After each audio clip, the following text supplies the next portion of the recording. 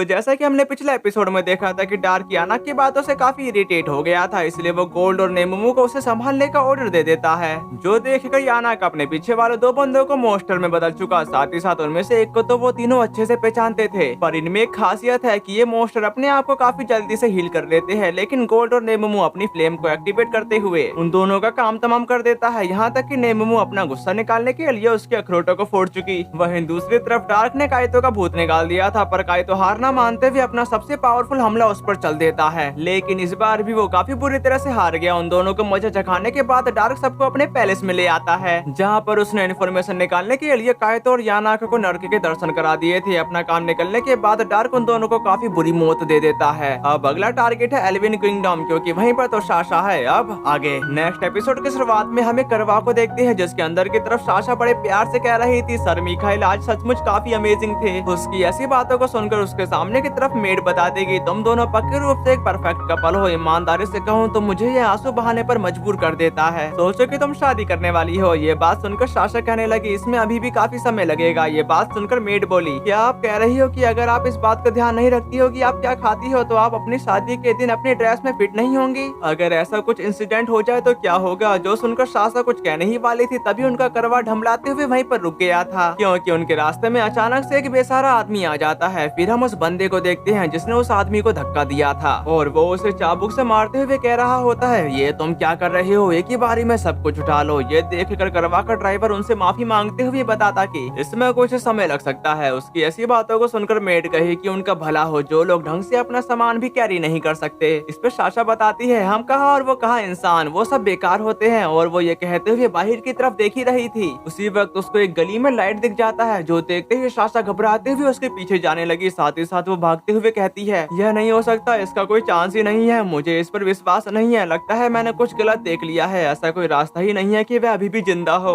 वह जरूर लाइट नहीं हो सकता। जिसके बाद वो भागते हुए गली में आकर देखती है कि रास्ता तो बंद है, जो देखने के बाद वो राहत की सांस लेते हुए कही, यहाँ का रास्ता तो बंद है, इसके आगे छिपने की कोई जगह भी नहीं है। फिर वो कहाँ चला गया? पर मैं जानती थी कि यह मेरी इमेजिनेशन थी, यह लाइट नहीं हो सकता। और वो ये कहते हुए पीछे मुड़ने के साथ लाइट द्वारा छोड़ा गया लेटर देख लेती है, जिसमें लिखा था, जायंट टावर में मैं इंतजार कर रहा हूँ, लाइट। उसको पढ़ने के बाद साशा जोर से चिल्लाती है। उसकी चीख को सुनकर वहाँ पर मेड आते के साथ कहती कि माय लेडी, आपके अंदर क्या घुस गया है? जिस पर साशा डरते हुए बताती है, मैं सब कुछ खो दूंगी, लाइट को मारने से मुझे जो भी कुछ मिला है, जैसे मैंसन के रिवॉर्ड की रकम, यहाँ तक कि सर मिखाइल से मेरी शादी भी, मैं सब कुछ खो दूंगी। उसकी ऐसी हालत को देख रहा लाइट एली से कहता है, आखिरकार समय आ गया है एली। जो सुनकर एली बताते कि इसे मुझ पर छोड़ दो ब्लेसिड लॉर्ड, मैं उसे दिखाऊंगी कि उसने किसे धोखा दिया, किसे चोट पहुंचाई और किसे नाराज किया। मैं उसे मौत से भी बदतर हालात में पहुंचाकर उसकी बॉडी और सोल को उखाड़ फेंकूंगी। और इस तरह से साशा से हमारा रिवेंज शुरू होता है। इसके बाद यासिन पैलेस की तरफ आ गया था, जहाँ पर दो बच्चे एक आदमी के साथ खेल रहे थे। तभी किया बताता कि देखो देखो मैंने उसे पकड़ लिया निहा। पर निहा एक टारगेट रखता है कि अगर जो भी उसे जान से मार डालेगा वो जीत जाएगा। दूसरी तरफ एक ठरकी इंसानी लड़की के साथ मजे करते हुए कहता है, मैं जानता हूँ, मुझे पता है कि मैं हारने वाला नहीं हूँ। पर वो लड़की यहाँ कुछ भी करने को मना कर रही थी, लेकिन वो उस आदमी की चीखें सुनकर बर्दाश्त नहीं कर पा रही होती है। जबकि शार्पेट चीफ को बताता है, मैंने खबर सुनी है उस पागल हीरो काइतो के बारे में, उसने एक डार्क एल्फ के साथ मिलकर लेजेंडरी स्वॉर्ड चुरा ली और वह एडवेंचर किलर के रूप में वांटेड हो गया। साथ ही साथ वो एक इंसान से काफी बुरी तरह से हारने के बाद लापता हो गया। क्या ये हंसी की बात नहीं है? और सीनियर्स ऑफिसर चाहते हैं कि हम उसकी गंदगी साफ करें। अरे यार, कम से कम मुझे थोड़ा तो आराम करने दो। उसकी ऐसी बातों को सुनकर व्हाइट नाइट भड़कते हुए कहता कि तुम ऐसा कैसे कह सकते हो सर, शार्पेट काइतो एक फॉर्मल मेंबर है और ये हमारी जिम्मेदारी है। इस पर शार्पेट बोलता कि अगर ये अच्छा नहीं है तो मैं यहीं रहकर अपना काम करना पसंद करूंगा। दूसरी तरफ उन बच्चों ने उस आदमी के कानों में अपना डैगर घुसा दिया था, जिसकी वजह से वो जोर से चिल्लाता है। वहाँ के शोर शराबे को सुनकर शार्पेट गुस्सा करते हुए कहता है, तुम कब तक ऐसा करते रहोगे, उसे पहले ही मार डालो। उसकी इस बात पर निहा कहा, ये हमारा स्लेव है, हमने इसे खरीदा है, हम इसके साथ जो चाहे वो कर सकते हैं, कम से कम ये तुम्हारी तरह लड़कियों पर डोरे डालने वाले तो नहीं है।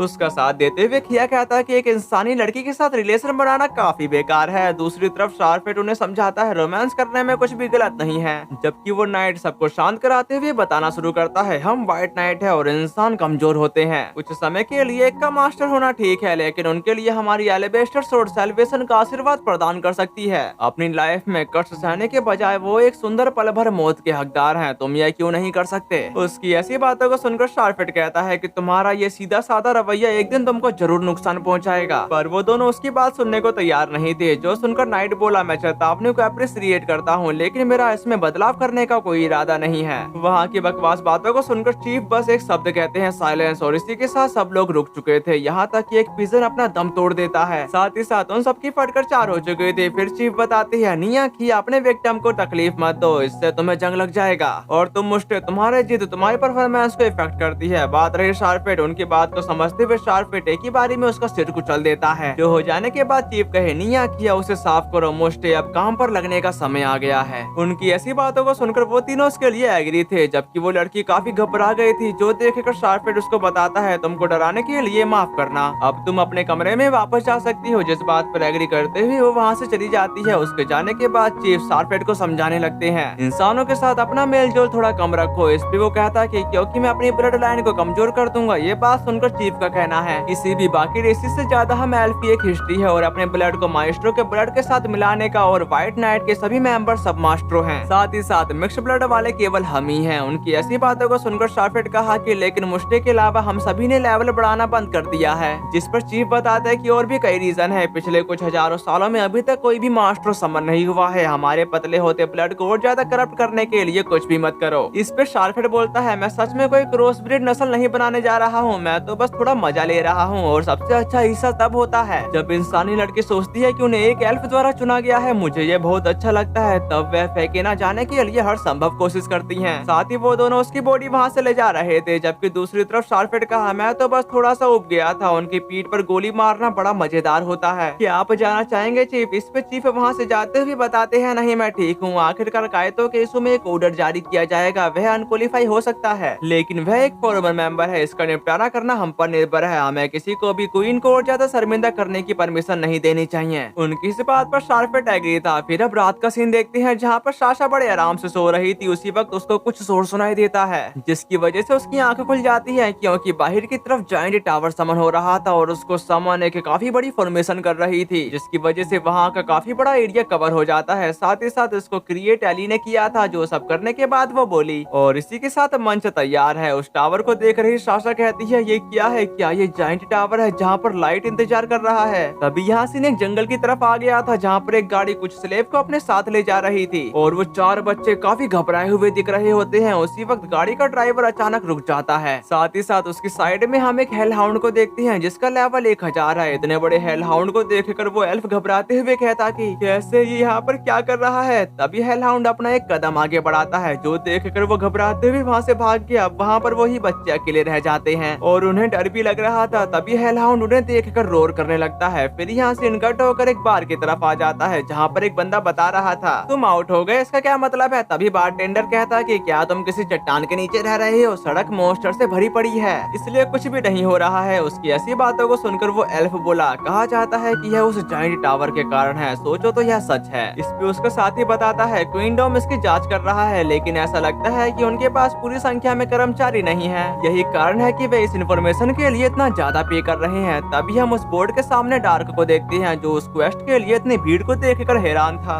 जबकि नेमुमु कहते कि हम कुछ ही समय में अपनी रैंक काफी बढ़ा लेंगे। दूसरी तरफ एक एल्फ नेमुमु को ताड़ते हुए कह रहा था, अरे क्या तुम उसे देख रहे हो? तुम सोच भी नहीं सकते कि वह एक इंसान है। इस बात को ना नहीं कहा जा सकता। फिर वो उसे पुकारते हुए बोला, अरे सुंदर लड़की, क्या तुम हमारे साथ हमारी पार्टी में आना चाहोगी? उसकी इस बात पर सेकंड पर्सन बताता है, हम भले ही ऐसे ना देखे, लेकिन हम 2 ही लेवल 150 से ऊपर हैं। अपने साथी की ऐसी बातों को सुनकर एल्फ बताता है कि एल्फ तुम्हारे लिए हॉट है, इसलिए तुमको सम्मानित किया जाना चाहिए। इस पे वो बंदा कहा, गोल्ड के दादा और इस बदमाश को छोड़ दो। तभी गोल्ड उन्हें समझाता है, यह बहुत शर्म की बात है कि तुम मेरी सुंदरता को नहीं समझ पाए। जबकि वो दोनों उसे भेला पुसला रहे थे, तो कैसा रहेगा, इसलिए तुम अभी हमारे साथ शामिल हो जाओ, हम तुम्हारी प्रोटेक्शन की गारंटी देते हैं। उन दोनों की बकवास बातों को सुनकर नेमुमु इरिटेट होने के साथ कहते कि भाड़ में जाओ, लॉर्ड डार्क मेरे इकलौते मास्टर है, मेरा तुमसे कोई लेना देना नहीं है। साथ ही साथ डार्क भी उनसे कहता कि मैं माफी चाहूंगा, लेकिन ये हमारी कीमती साथी है, उसको तुम्हें सौंप देना ये कभी नहीं हो सकता। कीमती वाली बात को सुनकर नेमुमु इमोशनल हो गई थी, पर वो बंदा उसकी बातों से गुस्सा हो गया था, इसलिए वो एक जोर का घूसा उसे मारने के लिए आगे बढ़ने लगा। लेकिन डार्क वहीं खड़े खड़े ठंडे एरो को रिलीज करते हुए उस पर अटैक कर देता है, पर वो सीधे उसको नहीं लगता है, क्योंकि ये हमला उसको डराने के लिए किया गया था। उसके इस अटैक को देखकर वहाँ के सारे लोग हैरान हो गए थे, क्योंकि उसने बिना इंचेंट किए स्पेल कर दिया। फिर वो लोग बातें करने लगे थे,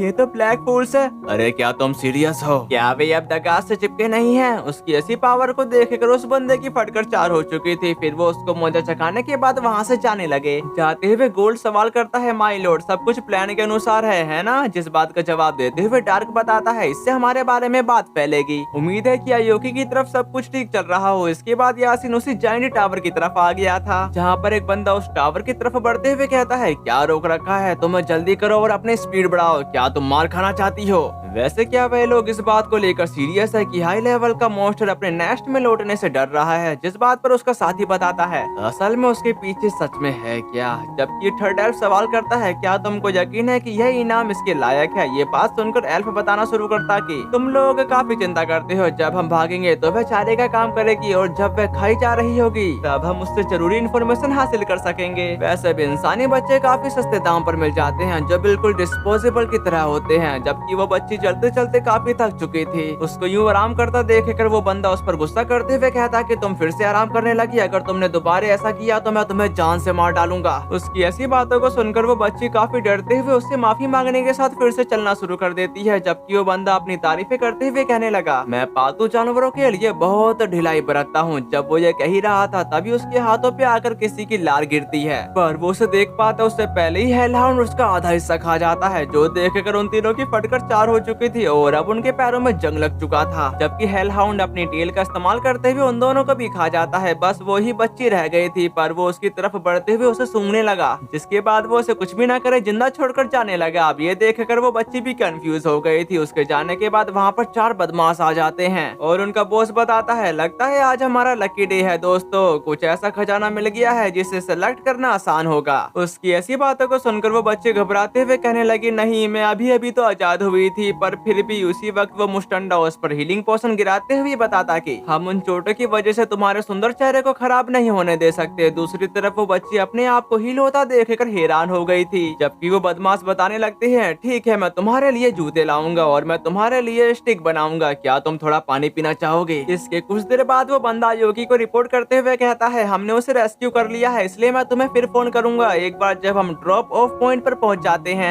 उसकी इस बात पर आयोकी एग्री थी। तभी वहाँ पर एली आते के साथ कह रही थी, और तुम्हारे यहाँ चीजें कैसी चल रही हैं? यह पहली बार है जब तुम सरफेस पर इतने सारे मॉन्स्टर को कंट्रोल कर रही हो, क्या ये तुम्हारे लिए मुश्किल नहीं है? इस पे वो मियाओ करके जवाब देती है, जो समझते हुए एली कही, सब कुछ ठीक चल रहा है इसलिए मैं इसे ले लूं। इस पे वो फिर से मियाओ करती है, जो सुनकर एली कहने लगी, ब्लेसिड लॉर्ड लाइट भी चाहती है कि तुम रास्ते में आने वाले किसी भी पर्सन से निपटो, क्या तुम इससे भी सहमत हो? उसकी इस बात पर आयोकी एग्री थी, जो सुनकर एली सोचने लगती है, क्या ये सचमुच ठीक है? मुझे शक है कि ये हमारे इमोशन और मोरल्स का टेस्ट हो सकता है। हमारे लिए सही और गलत का गलत मैसेज करना पॉसिबल है। यह भी पॉसिबल है कि फैटल मिस्टेक कर बैठे, तो क्या मुझे दूसरों को भी सावधान करना चाहिए? लेकिन क्या ये ब्लेसिड लॉर्ड लाइट की इच्छा के अगेंस्ट होगा? उसको यूं सोच में डूबा देखकर आयोकी कहती है, तुम बहुत ज्यादा सोचती हो। उसकी ऐसी बातों को सुनकर एली गुस्सा करते हुए कहने लगती है, क्या हमारा अस्तित्व उन्हें संभालने, उनका सपोर्ट करने और उनके लिए अपनी वफादारी का वादा करने के लिए नहीं है? उसके इस सवाल का जवाब देते हुए आयोकी बताते कि हमें बस वही बनना है जो हमारे लॉर्ड चाहते हैं, अपने लॉर्ड के लिए जीना और लड़ना,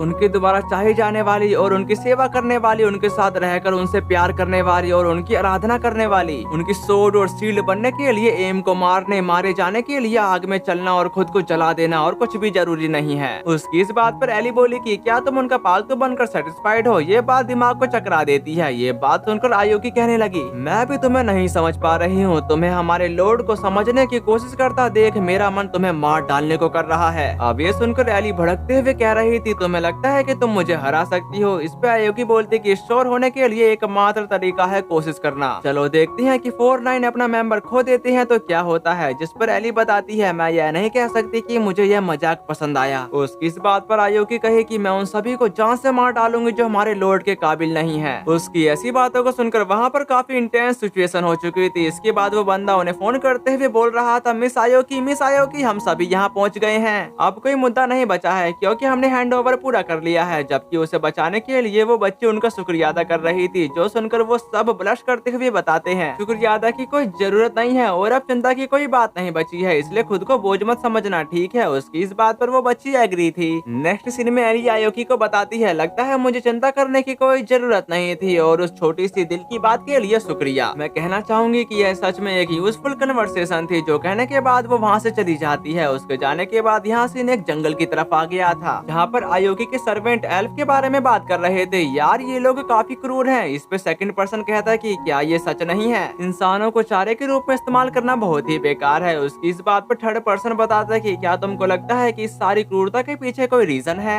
बाकी जातियों में कोई मोरल्स नहीं है, बस इतना ही। अब बहुत हो गए गपशप, सुनो हम कल ही सुबह निकल रहे हैं, इसलिए कोई देरी नहीं, समझ में आ गया। और उसी की तरह हरकत वो पंछी भी कर रहा था। साथ ही साथ उसके साथी भी इसके लिए तैयार हो जाते हैं। फिर हम रात का सीन देखते हैं। पैलेस की तरफ सासा लाइट का लेटर देखते हुए बताती है, अब क्या फॉरेस्ट में 1000 से ज्यादा लेवल के मॉन्स्टर हैं, इसलिए मैं अकेले टावर में नहीं जा सकती। लेकिन अगर व्हाइट नाइट ने कोई भी कदम उठाया तो उन्हें पता चल जाएगा कि लाइट बच गया है। मुझे बस वहाँ पहुँचना है, चाहे कुछ भी हो जाए। इस बार मैं उसे जरूर मार डालूंगी। लाइट बस वहीं पर रुकी रहो। मॉर्निंग की तरफ एक एल्डर कह रहा था, हमें तुरंत व्हाइट नाइट को इकट्ठा करना चाहिए, क्योंकि हम नहीं जानते कि वे क्या करने के काबिल हैं। इससे पहले कि हमारे लोगों को कोई नुकसान पहुंचे, हमें अपना बेस्ट करने की कोशिश करनी होगी। व्हाइट नाइट के कमांडर के रूप में मुझे यकीन है कि तुम सहमत होंगे सर हार्डी। जिस पर हार्डी कहता है कि चांसलर, मुझे इस बात का गहरा एहसास है कि हमारे लोगों को सिक्योर रखना कितना जरूरी है। जो सुनकर चांसलर कुछ कहने ही वाला था, तभी हार्डी बोल पड़ता है, पर मुझे शक है क्योंकि आपका प्रपोजल आपके विजन पर शक पैदा करता है। उसकी ऐसी बातों को सुनकर चांसलर थोड़ा सीरियस होकर कहता कि और मैं भी तुम्हारे उस बयान के बारे में यही कह सकता हूँ। जो सुनकर हार्डी बताती है, बिना किसी खुफिया इन्फॉर्मेशन से मेरे व्हाइट नाइट को भेजना यह एक अच्छी सोर्ड को किसी कीचड़ में छेद करने जैसा है। यहाँ तक कि सबसे अच्छे डलेस्ट ब्लेड भी इसके लिए काफी है। सोर्ड चाहे कितने भी अच्छे क्यों ना हो, अगर तुम उससे हमला नहीं कर सकते तो वह बेकार है। उन सब की बात को सुनकर वो लेडी बताते कि केवल वही बंदा इसे सुलझा सकता है, इसलिए व्हाइट नाइट के कमांडर का प्रपोजल बहुत ही बढ़िया है। एल्वेन क्वीनडॉम के क्वीन लीफ के रूप में मैं इसके द्वारा डिक्लेयर करती हूँ कि हम रिवॉर्ड मनी बढ़ाएंगे और लोगों के साथ मिलकर जायंट टावर के बारे में ज्यादा से ज्यादा इन्फॉर्मेशन इकट्ठा करेंगे। उसकी इस बात पर वो सब लोग एग्री थे, जिसके बाद वो सब लोग वहाँ से जाने लगे। जबकि चांसलर इरिटेट होकर कह रहा था, धिक्कार है माँ के इस लड़के पर, इससे ये पता चलता है कि हार्डी लीफ का बेटा है। अगले सीन में लीफ अपनी चाय निकाल रही होती है, तभी वहाँ पर कमांडर हार्डी आते के साथ अपनी माँ से कहता है, मैं आपके सपोर्ट को अप्रिशिएट करता हूँ। फिर वो दोनों एक साथ बैठ जाते हैं, जहाँ पर हार्डी उनका शुक्रिया अदा करते हुए बता रहा था, इसके लिए जितना भी शुक्रिया अदा करूँ वो भी कम है, पर इसके कारण मुझे अपने लोगों को गंदा काम करने के लिए नहीं भेजना पड़ेगा। हार्डी की ऐसी बातों को सुनकर लीफ चाय की चुस्कियां मारते हुए कह रही थी, मैं तुम पर कोई खतरा नहीं आने दूंगी मेरे प्यारे हार्डी। अपनी माँ की ऐसी बातों को सुनकर हार्डी कहने लगा, वह चांसलर सचमुच बहुत ही मुश्किल पर्सन है। यहाँ तक कि जायंट टावर जैसी इमरजेंसी उसके लिए यह किंगडम पॉलिटिक्स के अलावा कुछ भी नहीं है। ये बात सुनकर लीफ हंसते हुए बताते कि अरे ये कितना डरावना है। मुझे चांसलर पर दया आती है क्योंकि मैंने अपने हार्डी बार्डी को गुस्सा दिला दिया। इस पे हार्डी बोलता है कि यह कोई हंसी वाली बात नहीं है माँ, अगर उन्हें मौका मिला तो वह राजतंत्र को खत्म करने की कोशिश करेगा। जो सुनकर लीफ कही, तुम्हारे आसपास होने पर वह कुछ भी नहीं कर पाएगा। असली मुद्दा तो वह मिस्टीरियस जायंट टावर है, इसमें हमारे क्वीनडॉम के फाउंडेशन को हिला देने का पोटेंशियल है। उनकी ऐसी बातों को सुनकर हार्डी बताता है, फाउंडेशन को हिला देने का पोटेंशियल, क्या एक डार्क लॉर्ड आ रहा है? ये बात सुनकर लीफ कहते कि हम बाकी नेशन की मदद से एक डार्क लॉर्ड को हरा सकते हैं। हालांकि एक डार्क लॉर्ड के जन्म के साथ, इस पे हार्डी बोलता है कि इंसानों में से एक हीरो पैदा होगा। क्या मैं सही कह रहा हूँ? जिस पर लीफ बताती है, काश हम उन सबको खत्म कर पाते। वो बात सुनकर हार्डी कहा, लेकिन अगर हम ऐसा करने की कोशिश करेंगे तो वो ऐसा सोचेंगे कि हम में से कोई डार्क लॉर्ड है। साथ ही साथ लीफ को लगता है कि उनका हीरो जरूर एक माइस्ट्रो होगा। ये बात सुनकर हार्डी कहता है कि ऐसे हालात में हमें या तो उन्हें मारना होगा या फिर उन्हें अपनी तरफ करना होगा। अगर ऐसा नहीं किया गया तो हम सब डिस्ट्रॉय हो जाएंगे। अरे इससे मुझे याद आया, कुछ समय पहले हमें एक पोटेंशियल माइस्ट्रो मिला था, है ना? जिस पर उसकी माँ बताती है, मुझे बताया गया कि उसको इसलिए मार दिया गया क्योंकि वह एक माइस्ट्रो नहीं था। वैसे तुम इसके बारे में क्यों पूछ रहे हो? जो सुनकर हार्डी कहा कि यह कुछ भी नहीं है, मैं बस यही सोचता हूँ कि मैं उस मिशन को लीड कर सकूं, बस इतना ही। ये बात सुनकर उसकी माँ समझाती है, यह एक कमांडर का काम नहीं है। फिर वो हार्डी वार्डी वहाँ से जाते हुए कहता है, मैं बस जोर से सोचता हूँ, इंसान ऐसे कीड़े हैं जो इस दुनिया के लिए डिजास्टर लाते हैं। उनके जिंदा रहने से उनका मर जाना बेहतर है। मैं अपने दोनों हाथों से उन्हें इस फैक्ट से अवेयर कराना चाहता हूँ। फिर यहाँ से बाहर की तरफ आ गया था, जहाँ पर एक बंदा बता रहा था, आसपास के सभी लोग आप यह जायंट टावर एक्सप्लोरेशन क्वेस्ट के लिए साइन अप कर सकते हैं। वहीं पर चल रहा डार्क का कहना है, एक गिल्ड पोस्ट, एक पब, एक मर्चेंट, उनके पास यह सब कुछ है। जिस पर गोल्ड बताता है कि यह एक प्रॉपर फेस्ट है। जबकि उन लोगों को देखकर वहाँ के एल्फ बातें करने लगते हैं। मुझे पता था कि ये लोग आएंगे। उनकी नजरों को देखकर गोल्ड को बड़ा अजीब लग रहा था। साथ ही साथ डार्क बोला कि ये तो दूसरे दिन वाले लोग हैं। जबकि गोल्ड बताता वे अपना गुस्सा छुपाने के लिए घटिया काम कर रहे हैं। ये बात सुनकर डार्क कहता कि उन्हें पता नहीं होता कि कब जॉब छोड़नी है। शायद हम बहुत आगे निकल गए हैं। उसी वक्त साशा को उसकी आवाज जाने पहचानी सी लग रही थी, इसलिए वो उसे वहीं पर रुकने को कहती है। जो सुनकर सुनकर उन दोनों ने अपना हाथ अपने वेपन पर रख लिया था। यहाँ तक कि डार्क उन्हें बता देता है कि यही साशा है। ये सुनते ही उन दोनों का दिमाग खराब हो गया था, पर डार्क उन्हें कुछ भी करने से मना कर देता है। जबकि साशा डार्क की तरफ आते हुए कहती कि मुझे अपना चेहरा दिखाओ। फिर वो उसका चेहरा देखते हुए बोली, अरे बेवकूफ, मुखौटा हटाओ और मुझे अपना चेहरा दिखाओ। उसकी ऐसी बातों को सुनकर नेममू गुस्सा करते हुए कहती है, लॉर्ड डार्क से इस तरह से बात करने की तुम्हारी हिम्मत कैसे हुई? इस पे साशा बोली, इससे दूर रहो नीच इंसान। ये बात सुनकर डार्क खुद को काबू में रखते हुए बताता है, मैं माफी चाहूंगा, लेकिन यह मार्क्स मेरे जलने के निशान को छिपाने के लिए है और वो दिखने में काफी भद्दा है। उसकी ऐसी बातों को सुनकर साशा काफी गुस्से के साथ उसे चुप रहने को कहकर एक ही रैपट में उसका मार्क्स निकाल देती है। तो अब आगे क्या होने वाला है? क्या डार्क सब लोगों के सामने अपने आप को शो कर देगा? इसके बारे में हम नेक्स्ट एपिसोड में जानेंगे। तो इसी के साथ हमारा ये वाला एपिसोड खत्म होता है। तो फिर मिलते हैं, सायोनारा।